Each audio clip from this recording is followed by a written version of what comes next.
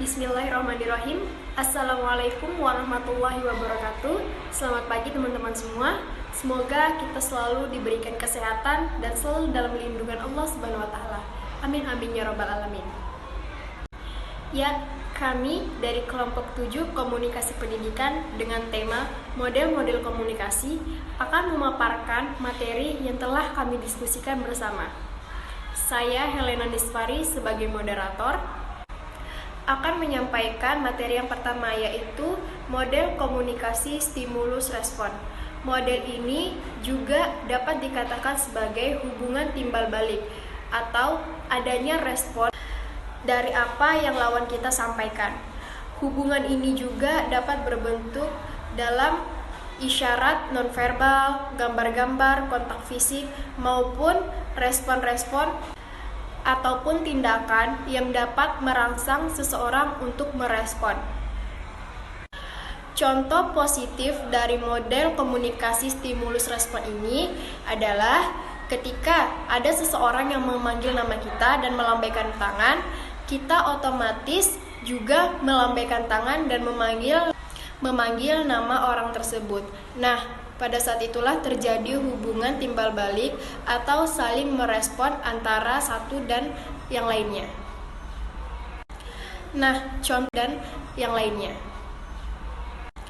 Nah, contoh negatifnya adalah ketika ada orang yang menatap kita dengan tatapan tajam, namun kita meresponnya dengan tindakan yang malu atau menundukkan wajah. Nah, itu tadi sedikit penjelasan dari model komunikasi stimulus respon. Selanjutnya, model komunikasi Aristoteles. Model komunikasi yang digunakan oleh Aristoteles ini adalah model komunikasi yang klasik. Inti dari komunikasi ini adalah persuasi, yaitu komunikasi yang terjadi ketika seorang pembicara menyampaikan pembicaraannya kepada khalayak dalam mengubah sikap mereka. Nah, perlu diingat bahwa model komunikasi ini selalu berkembang dari masa ke masa. Tetapi ada 3 aspek yang selalu ikut dalam komunikasi ini.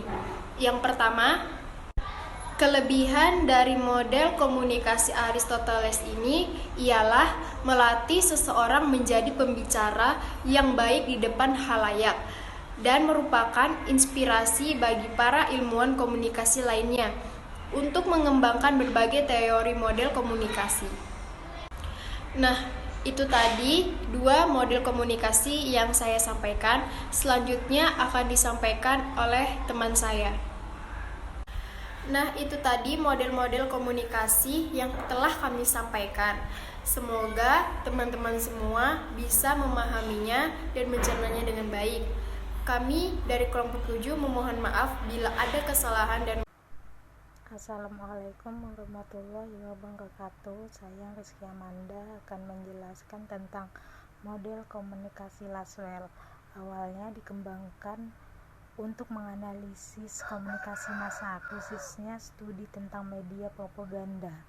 Namun, pada perkembangannya model ini digunakan pula untuk menganalisis komunikasi interpersonal atau komunikasi kelompok yang menjadi sasaran diseminasi pesan. Selain itu, Laswell juga membawa konsep proses komunikasi yang efektif. Menurutnya, terdapat hubungan antara penyajian fakta-fakta dengan bagaimana fakta-fakta tersebut dapat menyebabkan efek yang berbeda. Adapun karakteristik yang dimiliki oleh model komunikasi Laswell, yaitu 1. Komunikasi berlangsung satu arah. 2. Tidak konsisten karena menyatakan adanya konsep efek. 3. Tidak menyatakan umpan balik. 4. Mengabaikan kemungkinan adanya hambatan-hambatan komunikasi. 5. Dipandang sangat umum dan hanya mencakup tema-tema tradisional. 6. Merupakan dasar propaganda karena lebih menitikkan pada hasil keluaran. 7. Umumnya digunakan untuk media persuasi. Selanjutnya saya akan menjelaskan tentang model komunikasi Shannon dan Weaver. Model awal komunikasi dikemukakan Claude Shannon dan Warren Weaver pada tahun 1949 dalam buku Teori Komunikasi Matematika. Model yang sering disebut model matematis atau model teori informasi itu mungkin adalah model yang pengaruhnya kuat atas model teori komunikasi lainnya. Model Shannon dan Weaver sering disebut model matematis atau model teori informasi. Model ini membahas masalah penyampaian pesan berdasarkan tingkat kecematannya. Model ini melukiskan suatu sumber yang menjadikan atau membuat pesan dan menyerahkan penerima. Model Shannon-Weaver mengasumsikan sumber informasi yang menghasilkan suatu pesan untuk dikomunikasikan dari seperangkat pesan yang diperlukan. Pemancar. Pemancar ialah mengubah pesan menjadi sinyal yang sesuai dengan saluran yang digunakan. Saluran adalah medium yang mengirimkan sinyal, tanda dari pengirim ke penerima. Dalam percakapan, sumber informasi adalah otak. Transmitternya adalah perpindahan suara yang menghasilkan sinyal, kata-kata yang terucap, yang ditransmisikan lewat udara. Sebagai saluran penerima, yaitu transisi pendengaran, melakukan operasi yang berlawanan yang dilakukan pemancar dengan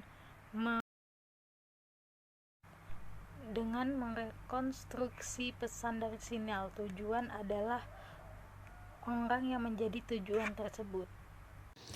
Assalamualaikum warahmatullahi wabarakatuh. Perkenalkan, saya Siti Maudah Muklis. Di sini saya akan menjelaskan model-model komunikasi menurut Scrum dan Newcomb. Yang pertama, kita bahas dulu yang Scrum ya.